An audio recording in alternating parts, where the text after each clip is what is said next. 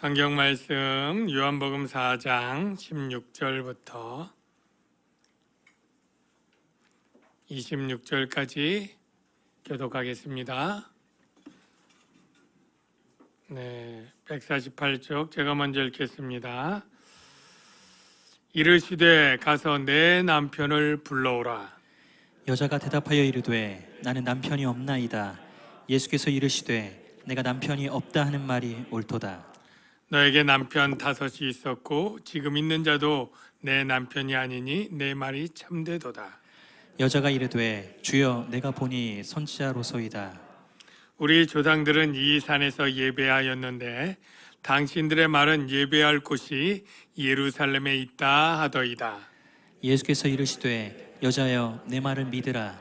이 산에서도 말고 예루살렘에서도 말고 너희가 아버지께 예배할 때가 이르리라.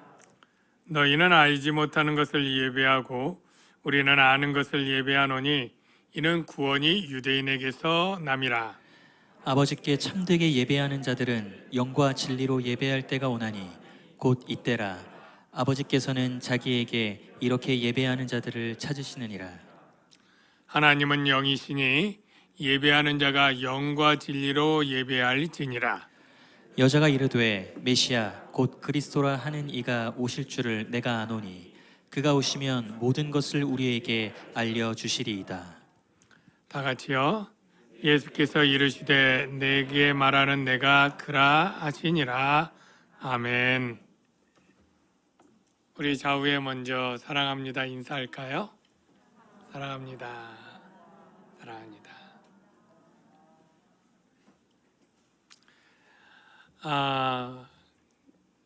여러분들이 이제 평생 살면서 어려서부터 죽을 때까지 한 교회를 다니는 분은 매우 드물고 적어도 몇 번 정도 살면서 이사와 이런 사정으로 교회들을 정해야 되고 옮기게 되는 일들이 있으리라 생각이 됩니다. 저희 교회 오시는 분들 가운데도 이적으로 이사를 왔기 때문에 또 이런저런 사정으로 교회를 옮기게 되었고 기도하던 중에 또 우리 교회에 오시게 된 분들이 많다고 생각이 듭니다. 우리 교회 오실 때에 우리 교회 주변의 교회가 50개밖에는 있습니다. 다산동에. 그럴 때 왜 우리 교회를 등록하기로 결정을 하셨을까요? 라고 물어보기도 하지만 못지않아도 대부분 나름대로의 기준들이 있으셨을 거예요. 그 첫 번째가 무엇일까요? 제가 스스로 제가 평신도라고 생각하고 결정한다면 당연히 예배가 첫 번째 들어갈 것 같아요. 내가 예배를 참석했는데 내가 설교를 듣고 또는 예배 분위기를 보고 찬양을 들었고 성도들 얼굴과 표정을 보고 이런 모든 분위기가 참 은혜스럽고 감동스럽다 이러면 참 우리가 만족감을 가지고 이 교회에서 신앙생활하고 싶다 이런 결정들을 하시리라 생각이 돼요. 근데 제가 오늘 말씀드린 것은 그게 대부분이고 저도 그럴 것 같다 생각하는데 그게 예배를 결정하는데 첫 번째 요건이 되는 게 맞을까? 내가 예배를 드리는 데 있어서 가장 중요한 것은 내가 얼마나 은혜를 받느냐 하는 기준으로 세우는 것이 맞을까 하는 것입니다. 오늘 말씀 통해서 그 기준이 무엇인지 우리가 다시 한번 저나 여러분 모두 생각해 보는 시간이 되길 바라고요. 일단은 본문 내용을 좀 정리를 하는 게 필요할 것 같아요.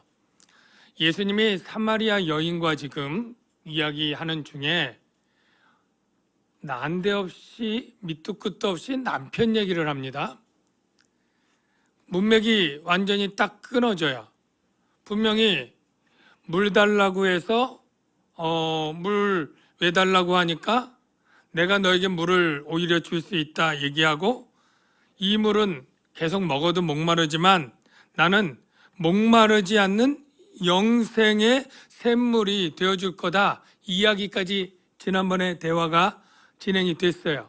그랬더니 여자가 주여 그런 물을 내게 주사 목마르지 않게, 또 여기 물 길러 오지도 않게 하옵소서 라는 말이 그래도 잘 예수님의 말을 따라 여자가 대답한 것 같은데 왜 갑자기 이 남편 얘기를 할까요? 사실 이 남편 얘기는 진행하는 내용을 우리가 알지만 이 여자는 굉장히 남편의 남자만 나와도 수치스럽고 힘든 그런 아주 감추고 싶은 비밀이고 치부 아닙니까? 남편 5 있는 게 지금도 그때나 정말로 특이하고 있을 수 없는 그러한 일인데 상황은 몰라요. 뭐 남편이 일찍 죽었는지 버림을 받았는지 어땠는지 모르지만 지금 5번의 남편과 살지 않고 6번째 남자인데 정식 부부가 아닌 거예요. 그러니까 이게 정확히 설명은 없지만 여자가 성적으로 창녀처럼 음란한가? 이런 추측을 하는 신학자도 있는데 근거는 없습니다. 그러나 정말로 부끄러운 이 일을 예수님이 잔인하게 그걸 왜 꼭 집어서 이야기를 꺼낼까? 남편 데려오라 그랬더니 남편 없나이다 그랬더니 그래 맞다, 네가 남편 5 있었는데 지금 남자도 남편이 아니니까 네 말이 옳도다, 칭찬입니까? 아니죠. 그 치부를 정확하게 찌르고 있어요. 아니 여자가 대답 잘 따라온 것 같으면 왜 그렇겠어요? 그래서 다시 우리가 15절의 여자의 말을 주목하니까 어떤 신학자들이 말하기를 이 여자는 예수님의 말을 긍정하는 것 같지만 속으로는 농담과 조롱으로 대답하고 있다라는 거예요. 사실 우리가 뉘앙스는 몰라요. 여기 물 기르러 오지 않게 하옵소서. 이 진심일 수도 있지만 일단은 예수님의 말뜻을 못 알아들은 것은 맞죠. 예수님은 영원히 목마르지 않는 샘물일 때 육체를 해결하는 물이 아니었어요. 그의 영혼의 외로움과 고독과 허무, 죄로 말미암아 하나님을 떠난 인간에게 참된 갈증을 해결해주는 그러한 영적인 의미의 물을 얘기를 계속했는데 여기 물 안 들어오게, 여기까지 오는 건 너무 힘들으니까 제발 그런 물 좀 있으면 내게 좀 줘서 나 이렇게 수고하지 않게 해주십시오 라는 게 뉘앙스를 모르는데, 예수님의 말을 보면 예수님의 말을 잘 이해하지 못하고 그런 물이 있군요, 그런 거 있으면 내게 이렇게 해주세요 하는 것이 불신이 섞인 그러한 농담으로 볼 수 있다는 거예요. 참 그럴듯하다고 생각이 됩니다. 근데 예수님이 남편 얘기를 꼭 집어서 하자 믿지 않을 수가 없는 거죠. 왜냐하면 누구에게도 이 치부를 드러낸 적이 없으니까. 아마 자기 친정 어머니에게도 그냥 이런 얘기들을 내가 6번째 남자라고 얘기하지 않고 최대한 아무에게도 얘기하지 않고 남편 얘기가 나올까봐 다른 아주머니들과 어울리는 것도 안 하는 그런 여자에게 남편 얘기를 정확히 할 때 이 분이 보통 그냥 랍비 정도가 아니라 하나님이 보내신 선지자구나, 그렇게 알게 되는 거죠. 그리고 그 다음에 이제 예배 얘기가 나왔을 때 이 여자가 마지막에 이렇게 말합니다. 메시아 그리스도가 오면 우리에게 알려줄 것입니다 라고 말하니까 오늘 본문의 마지막 구절이 뭐예요? 26절, 예수께서 이르시되 내게 말하는 내가 그다, 메시아 그리스도. 이 여자는 그냥 물들어온 이상한 유대인 남자로 알았다가 그 사람의 말투를 보니까 랍빈가 생각했다가 이제 그 남자가 자신의 모든 과거를 꿰뚫어 아는 걸 보고 하나님이 보낸 선지자인 줄 알았다가 이제 마지막으로 예수가 그리스도라는 것을 알게 되죠. 그리고 물동이 던지고 마을에 뛰어가는데 이건 다음 얘기고, 저는 여기까지 해서 하나님께서 부르시는 자들, 그 사랑하시는 자들은 모든 것이 합력하여 선을 이루느니라의 선은 궁극적으로 구원이에요. 하나님이 이 사마리아 여자를 구원하기로 한 그 계획, 이 여자를 긍휼히 여기시는 그 애정, 이것은 이 여자가 그 말을 듣지 않거나 피해서 달아날 때 쫓아가서 뒷덜미를 잡고 끌어오는 것처럼 그를 데리고 와서 진리로 깨닫게 하고 메시아로 믿게 하시는 하나님의 구원 역사를 우리가 깨닫게 되는 거예요.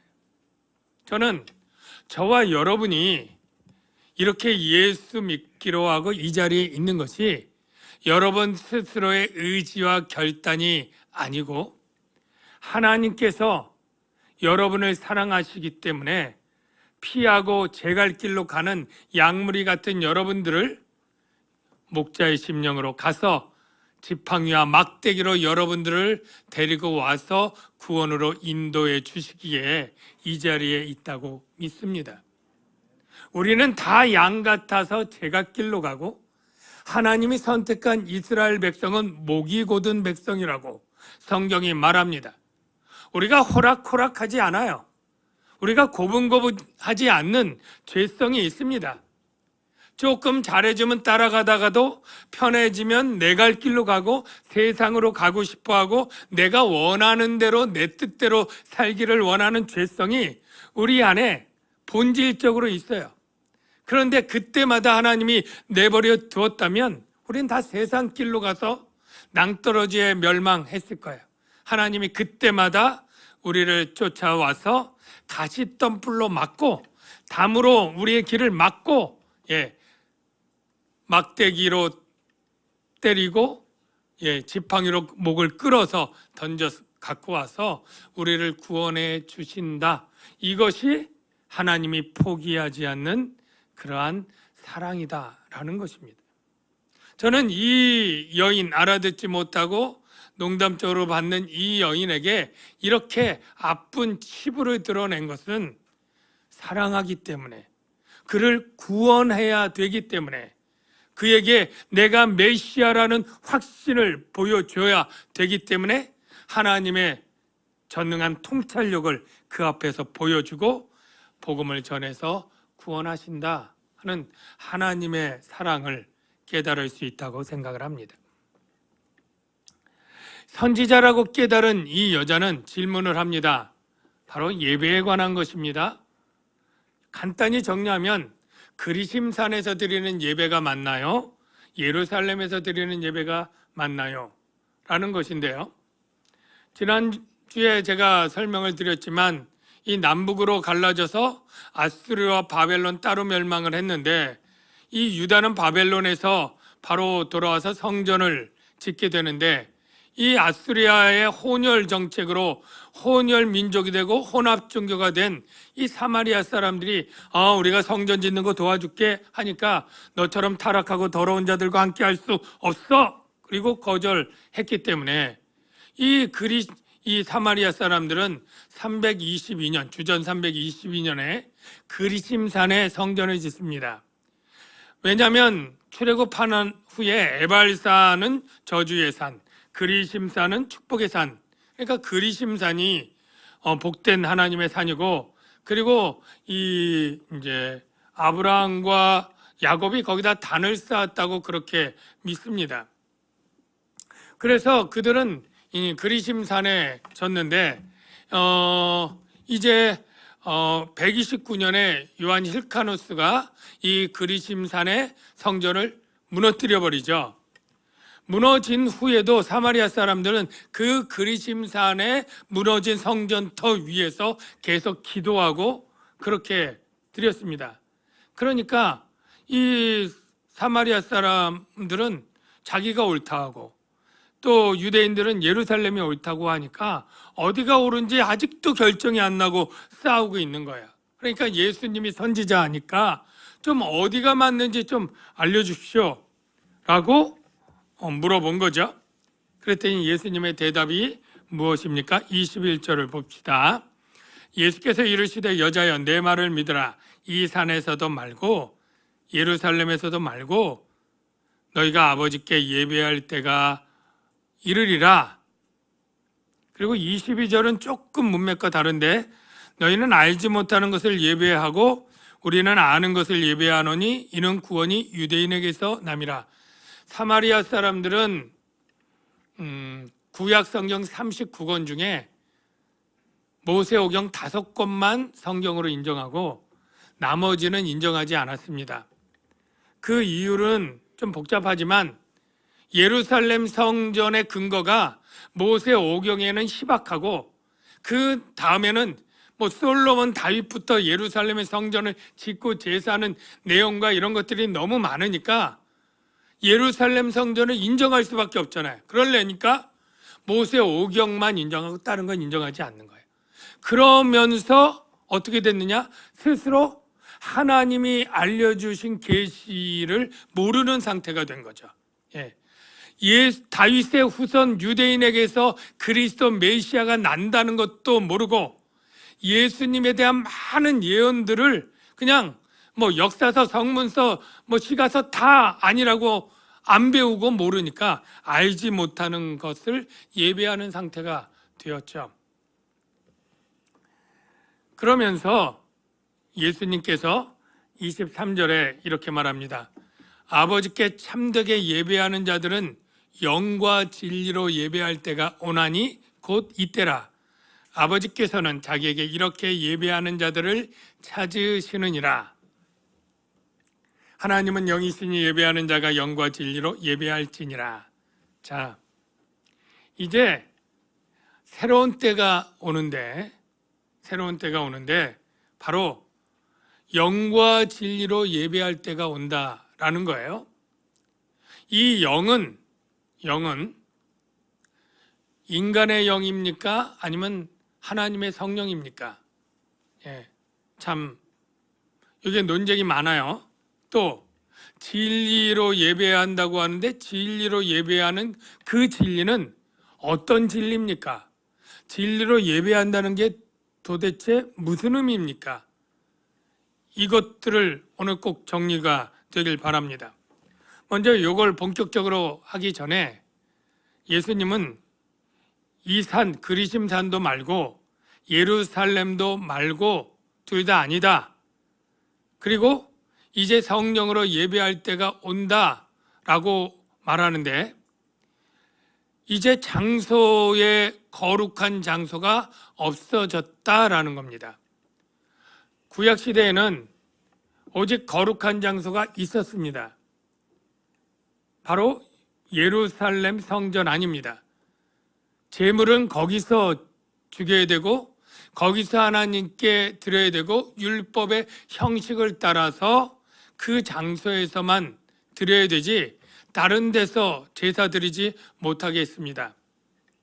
그런데 성령이 오신 이후에는 성령 안에서 예배하는 것이면 하나님이 어디든 어느 장소든 다 하나님이 기쁘시게 받으십니다. 장소가 상관이 없는 거예요. 그러니까 요즘 코로나 시대에 목사님 회사나 가정에서 예배 드려도 되는 것 아닙니까? 라고 얘기하는 것이 근거가 없는 것이 아니죠. 여러분, 우리가 예배하는 장소에 따로 거룩한 장소와 거룩한 시간이 있습니까? 어느 장소에 가면 더 하나님이 기쁘시게 받을 만한 예배 장소가 있습니까? 예배 시간이 있습니까? 옛날에는 대예배 시간 주일 11시 9시나 7시는 조금 급이 떨어지는 예배 것처럼 생각을 하기도 하잖아요. 그리고 부흥사 강사님이 그런 표현도 많이 써요. 앞자리는 침 튀기는 자리는 금자리, 그 다음에 은자리, 동자리. 네. 더 앞자리면 하나님이 더 정말 예배를 받으실 리는 없는 것 아니겠습니까? 그거는 그 예배 드리는 자의 간절함으로 앞에 하나님께 나온 그러한 마음을 따라서 비유로 그냥 표현한 것이지 실제 거룩한 장소가 있는 것은 아니죠. 그러니까 코로나 시대에 예배당에 나오지 못하니까 가정에서 또는 회사에서 또는 어디 야외 여행지 가서 가족끼리 콘도에서 드려도 되는 것 아닙니까? 라고 묻는다면 네, 맞습니다. 됩니다. 그런데 가하다고 모든 것이 다 유익한 것일까요? 우리가 그게 된다고 해서 계속 그렇게 하는 것이 내 영혼과 하나님의 뜻에 맞을까요? 왜냐하면 그 하나님께 예배 드리는 장소의 개념 깨어졌지만 하나님의 교회를 세우신 목적 가운데는 성도의 교제와 공동체를 위해서 세우셨는데 그건 다 잃어버리게 되는 거잖아요. 우리가 하나님을 사랑하고 이웃을 사랑할 때 그 사랑은 희생과 봉사인데 교회를 통해서 중식도 봉사하고 또는 다른 봉사도 하면서 사랑으로 섬기는 일은 집에서 혼자 있는데 있을 수 없고요. 네. 또 성도 간에 서로 위로하고 격려하고 힘든 세상에 핍박받는 세상 가운데 어떻게 믿음을 견고히 지킬지 서로 사정을 들어주고 울면서 기도해주고 아플 때 위로해주는 성도의 교제도 하나도 안 되잖아요. 그러니까 부득이하게 불가피하게 정말로 함께하기가 어렵고 힘들어서 이제 흩어져서 장소에 상관없이 드리는 것도 가능하지만 그것이 가능하다고 해서 나에게 영적인 생활에 유익하고 내 신앙에 이로운 것은 아니라고 생각이 됩니다. 그리고 또 하나 생각할 것이 영과 진리로 예배한다는 게 예전에 개역 한글 성경에는 신령과 진정으로 예배할지니라 라고 되어 있는데 신령과 진정이니까 우리가 그때는 주로 진정, 진심으로 마음을 다하고 정성을 다해서 예배하라는 뜻인가 보다. 신령은 잘 모르지만 하여간 뭐 영적으로 어떻게 하나 보다. 뭐 이런 식으로 해석을 하고 이해했는데 영과 진리가 원어로 바른 번역이에요.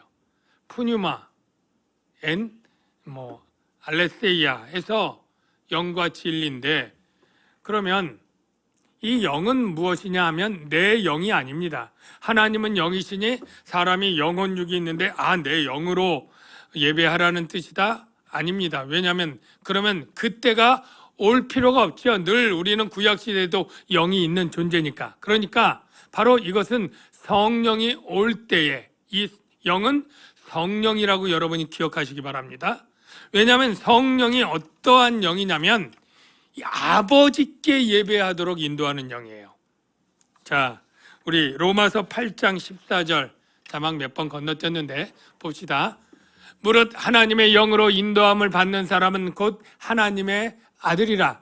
너희는 양자의 영을 받았으므로 우리가 아빠 아버지라고 부르짖느니라. 여기 뭐예요? 양자의 영이 뭐예요? 성령이에요. 근데 성령이 오면 하나님을 아빠 아버지라고 깨닫게 해주고 그렇게 부를 수 있도록 해주는 영이에요.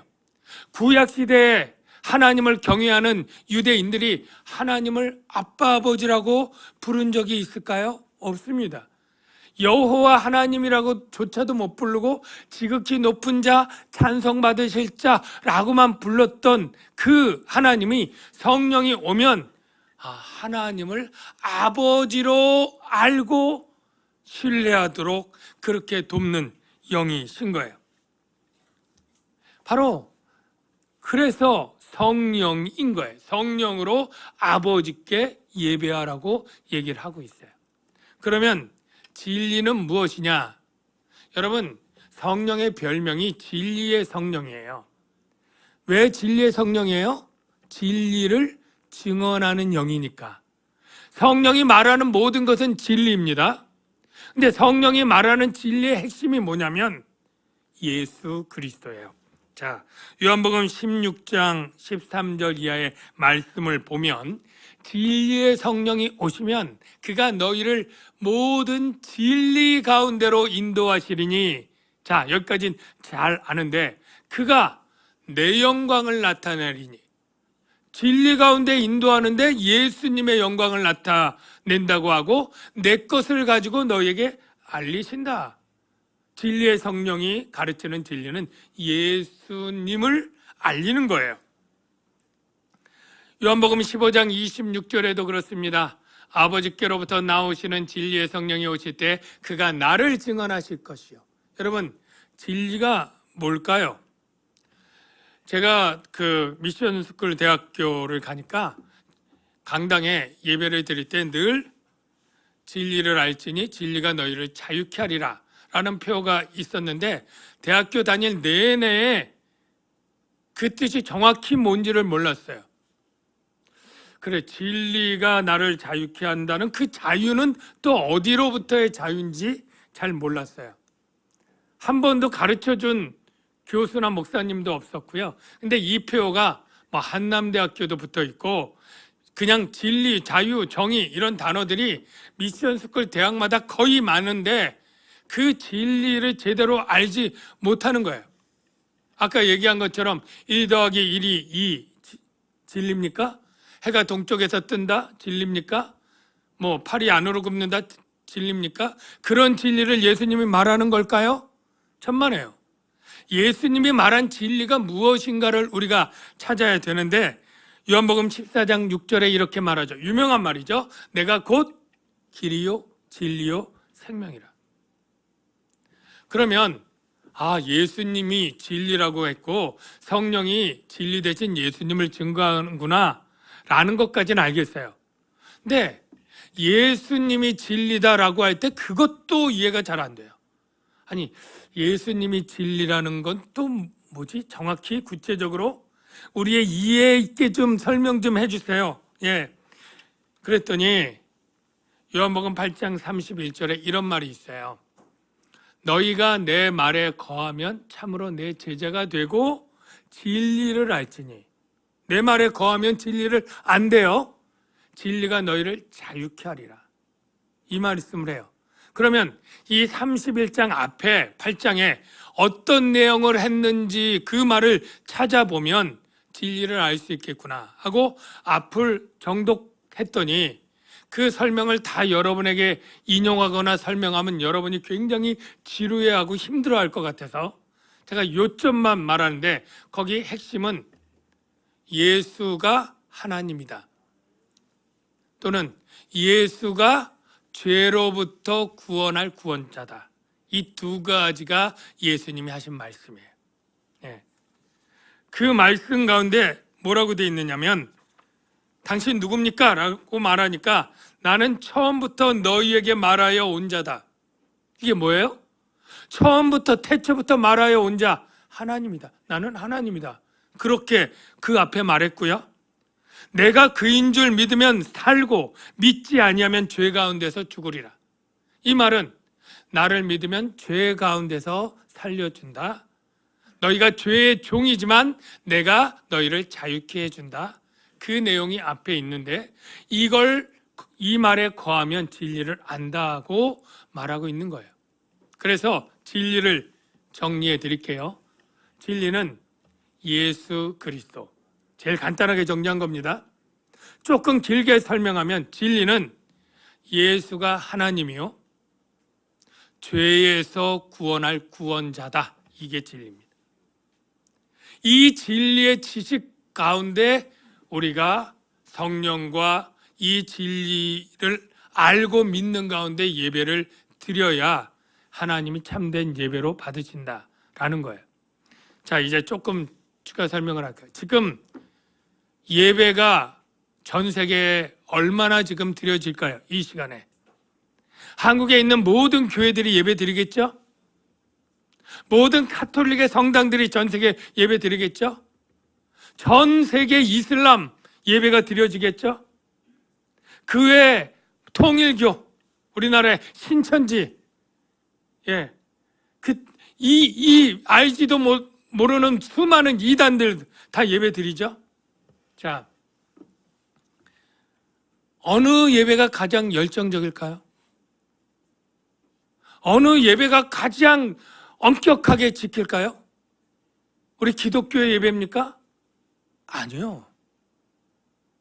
모슬렘의 예배는 하루에 5번씩 기도하고 얼마나 엎드려서 그렇게 금식하며 기도합니까?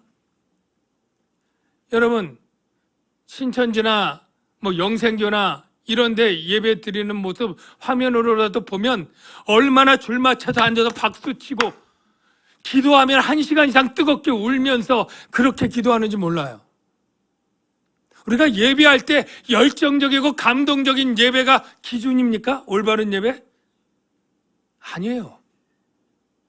그러면 아주 은혜로운 목사님의 설교가 참된 예배고 내가 찾는 그런 예배여야 될까요? 제가 유튜브에 때로는 목사님들 설교 이렇게 좀 듣는데 어떤 때는 하다 보면 다른 유튜브로 그 다음 걸로 넘어가요. 알고리즘인가 뭔가 해서 계속 설교가 나오는데 목소리가 너무 좋고 설교 음색이나 이게 좋아요. 보니까 얼굴도 허옇게 아주 핸섬한 목사님이야. 그래서 어떤 목사님인가 좀 들어보니까 하나님 어머니 설교예요. 그래서 이단에도 이렇게 멋지고 세련되고 훌륭한 음성으로 하는 설교자들이 많구나. 여러분들이 올바른 예배를 드리기 위해서 목사님의 감동적인 설교 이게 중요하지만 진리가 없는 설교는 의미가 없고요. 진리가 없는 곳에 열정적인 예배와 기도 다 하나님이 찾는 예배가 아닙니다. 조금 더 심각하게 얘기하면 여기 계신 여러분 중에 혹 누구는 몇 년 동안 성실하게 예배자에 있지만 나는 아직 예수님이 하나님인 것 안 믿어. 나는 예수님이 내 죄를 구원한 구원자라고 안 믿어. 라고 한다면 그 사람의 예배가 드려졌다고 할 수 있을까요? 그 사람이 진리의 성령 안에서 예배드리는 자라고 할 수 있을까요? 성령이 증언하는 건 진리 대신 예수인데 그는 성령 안에도 있지 않고 진리 안에도 있지 않고 그냥 예배자들 안에 있는 거예요. 그 사람의 예배는 주위의 예배자들의 성공과 상관없이 실패한 것이죠.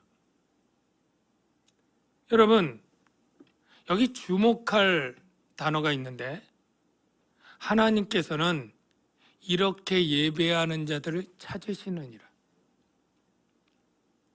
저는 우리가 찾는 예배를 제가 앞에 얘기했는데 우리는 어떤 예배를 찾죠? 나를 크게 감동시킬 설교를 하는 목사님이 있는 예배, 나에게 감동적인 은혜를 끼칠 찬양팀이 있는 교회의 예배, 우리를 감동시킬 어떠한 그러한 은혜롭고 거룩한 환경과 분위기와 음향과 조명과 이런 것들이 갖춰진 예배를 우리가 찾을 수 있어요. 그러면 그거는 나를 기쁘게 하는 예배입니까? 하나님을 기쁘게 하는 예배입니까? 나를 위한 예배입니까? 하나님을 섬기는 예배입니까? 이 조건들은 다 나를 만족하고 내가 은혜 받고 나를 기쁘시게 나를 섬기기 위한 예배지 진정 내가 무릎 꿇어 힘들어 하나님께 엎드려 절하는 하나님을 높이시는 예배의 기준에는 안 맞는 거 아니에요? 하나님은 하나님을 섬기길 원하지 회중들을 섬기는 예배를 만든 것이 아니잖아요. 근데 우리는 자꾸 내가 기준이 돼서 얼마나 나를 은혜롭게 만들 예배 환경을 찾는 거예요. 내가 힘들지만 하나님을 높이시고 섬기실 그 예배를 찾지 않고 내가 영과 진리로 준비되어서 하나님이 찾으시기에 합당한 예배자로 설 것을 생각지 않고 나는 아무 준비 없이 와요. 이 예배팀들이 잘해야 되는 거예요. 내가 예배에 성공하려면 성가대가 잘해야 되고 목사님이 잘해야 되고 찬양팀이 잘해서 내가 예배에 성공하도록 좀 힘써서 해봐요 라는 식으로 예배에 온다면 그는 하나님이 찾으시는 예배자가 아닌 거죠. 사랑하는 성도 여러분, 저는 늘 하나님이 찾으시는 예배자로 성공한 사람이라고 말하는 게 아닙니다. 저 역시 때로는 제가 예배자로 섰을 때 그런 것들을 기대하고 그런 교회를 찾고 했던 부분들이 많이 있기 때문에 말씀을 통해서 우리가 우선순위를 바꿔야 된다. 내가 어떤 예배를 찾는 게 아니라 하나님이 찾으시는 예배자로 먼저 서도록 해야 된다.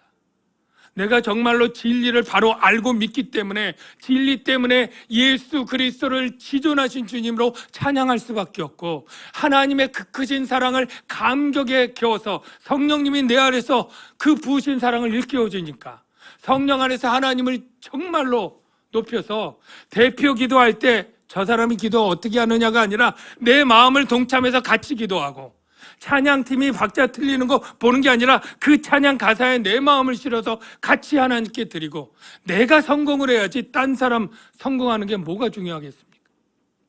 그래서 오늘 참으로 영과 진리로 예배하는 저와 여러분 되시길 주의 이름으로 축원합니다. 기도하겠습니다. 하나님 아버지, 하나님이 찾으시는 예배자, 성령 안에서 진리 안에서 드리는 예배자인데 우리는 이것을 다른 사람에게서 조건을 찾으면서 구하지 않았습니까? 내가 하나님이 찾으시는 예배자로 서는 것은 너무나 깨닫지 못하지 않았습니까? 우리가 신령과 진정으로 예배하는 자로 설 수 있도록 도와주시옵소서.